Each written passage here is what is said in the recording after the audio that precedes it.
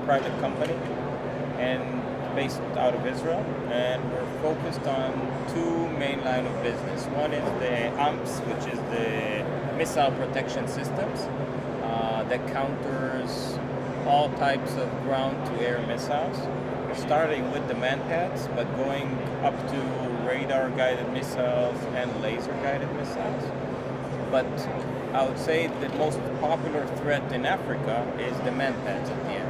The easiness of use of manpads, the fact that you can just take it out of the trunk of your car, aim, lock, shoot, no serious preparations, makes it a very deadly threat to aviation, whether it's military or civil. And we have a solution for that. And the other is our special mission aircraft solution, which is used also in Africa today for border surveillance, for maritime patrol, and this is the second. And let's talk a few words about the AMPS. The AMPS is a system that we developed together with Airbus, the German, what used to be Cassidian and Airbus Defense and Space. Both companies co-developed the system, so the components are coming from both companies, and we are sharing the market in terms of marketing as well. BIRD is responsible for all the activities that we have today in Africa, and we're leading these campaigns all across Africa. The manpads today, again, I don't know if you want the background of it, but maybe just talk a little bit about it. So something like, for example, the straight or like the primitive manpad system. How are they supposed to work, and how does the disruption? So first of all, it's a real threat in Africa. There have been multiple cases of aircraft being shut down. One of the recent one was last year in Egypt, in the Sinai Desert, an Mi-17 with a 3-star general and 7 of his troops was shut down. I can show you the movies afterwards.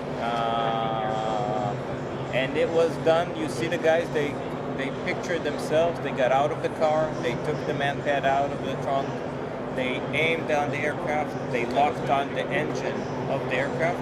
These missiles are heat-seeking missiles, so they lock on the engine of the aircraft, and once you fire them, it's fire and forget, which means they continue running on according to the heat source which they're locked on.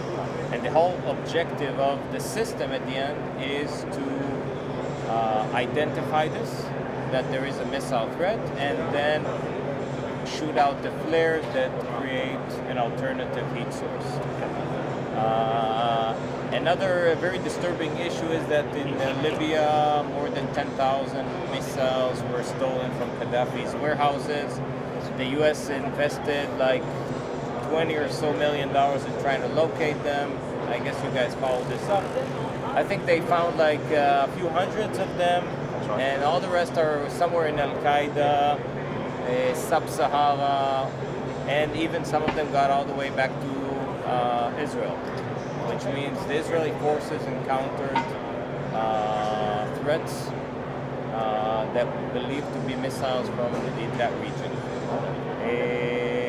So the system, what the system is doing, and I know Zeppo's mine, glass of water, coffee, espresso. Yeah, thank you.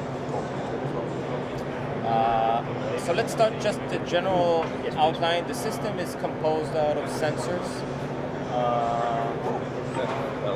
Yeah, bring them here. And that's to detect the presence of the whole idea, the whole issue with these missiles is that you have the missile, once they are fired, they fly in an average speed of 600 meters per second, depending on the class, but that's to the, thanks. Typical, you need to lock before you're firing the missile. To see an aircraft in the sky, especially a helicopter, roughly it's limited between 1 to 2 kilometers. Give or take, you have 4 to 5 seconds, and it's that quick. Now you got guys here around the stand which are pilots. They've seen these missiles, and usually the only time that the pilot will see them is after they passed them. Yeah. So you're so concentrating on doing what you're doing, and that requires a system that is fully automatic, which means it's constantly staring out there looking for the next threat. A reliable system, which means the whole issue of false alarms, for example, is a big issue, because every time there is a missile threat declaration in the aircraft, everybody's in panic. Of course. Okay, and then to have an effective protection. So what we are providing is a system that's called AMPS, Airborne Missile Protection System. It's a family of solutions, and what I'm going to describe is the system that is installed today in Africa. So it starts with these mild sensors. These are manufactured by Airbus. They are UV sensors, which means they detect the heat source, the plume of the missile once it's fired. So immediately once it's fired, we start tracking these missiles. And it gives us an indication that a missile is being fired at us in a very accurate and quick way. The great thing about the UV technology is that it's solar blind, which means we don't see anything that is reflected, that is created by the sun. Not the sun, not reflections out of the sun. So there are very few man-made things that can create false alarms. And that's, again, going back to the false alarm issue. So the man-pads are active, constantly staring out there looking for the missile. Once they detect it, what they will do is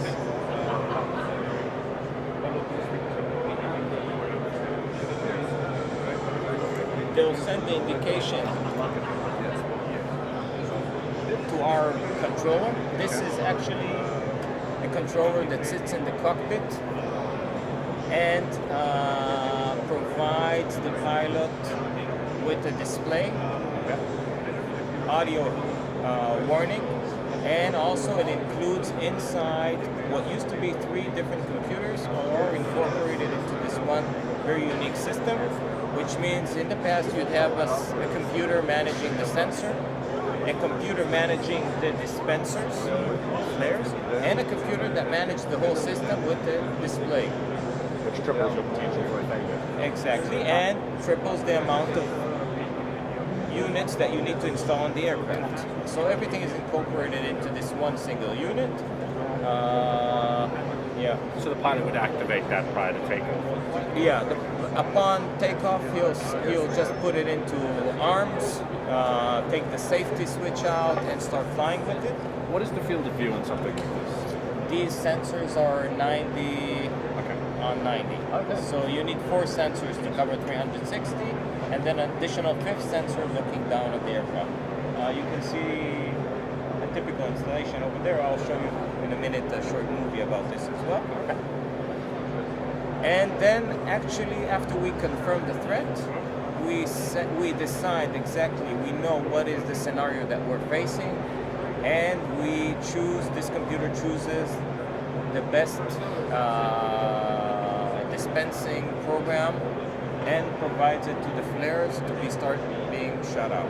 What do you mean by dispensing program?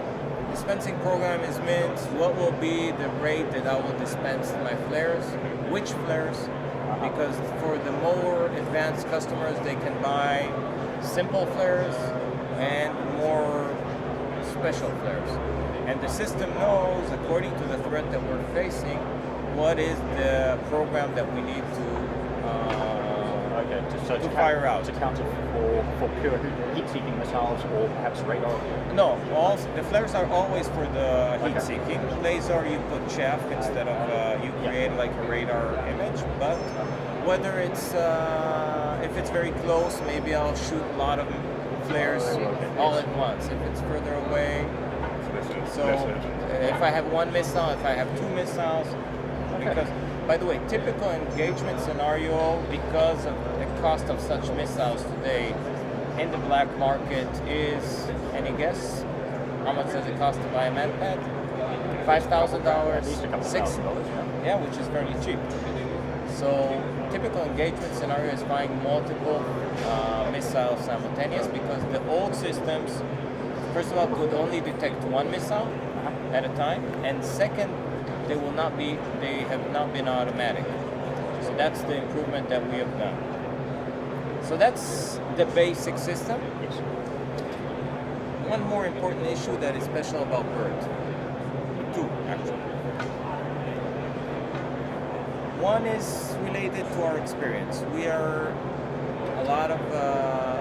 have installed this system on more than 500, close to 600 aircrafts worldwide. Outside of the US today, this is the most popular system in the world, together with Airbus. So we're talking about Africa, but this is the NATO standard system used by French, Italian, Spanish forces. And it's used by the UN as a standard system in Africa. So you got, for example, UN helicopters flying in Somalia. You got UN helicopter flying in Southern Sudan. And they have systems. They have these systems, yeah. Are there any? So that's one thing. Sorry. And second is, one of the great developments that we have done in BIRD is to take this system to the next level, which means, okay, so we're not seeing the sun, we're not seeing reflections from the sun, but still, from time to time, there is a false alarm. From time to time, there's still something that creates an image of a missile. Maybe it'll take a second or two until my system understands it's a false alarm, but still, it creates panic. Now, not only that it creates panic, when you're flying at night, you're starting to fire flares. Now you're disclosing where you are. You can, if you're flying in a close formation, you can have an effect on your partners. And what we've developed is this MAX. It's a missile approach confirmation sensor. It's a unique and patent concept and sensor that we have patents all around the world for this. And what it does, it eliminates completely the false alarm. How does it do that? It introduces an additional sensor in between, which means the UV sensors are still responsible to stare out there all the time, constantly looking for a threat. This MAX, which is a Doppler radar, is turned off. It's not working. Only once my UV sensor will say, hey, I suspect that I have a missile coming from that direction, will the MAX be turned on. It will rotate very quickly to the direction where we suspect there is a missile, activate the Doppler radar, and look for an object that has, first of all, the heat of a missile, but also now the speed of a missile. And by crossing two different technologies, the UV and the radar, you can eliminate all the false alarms. Because if we're talking about false alarm, whether it's welding on the ground or something, they're static, they're not moving. And by the radar, we're able to cross out these and eliminate them. The challenge was, talking about the short timeline, how do we combine these two sensors without affecting the timeline? And that's the great achievement that we have done.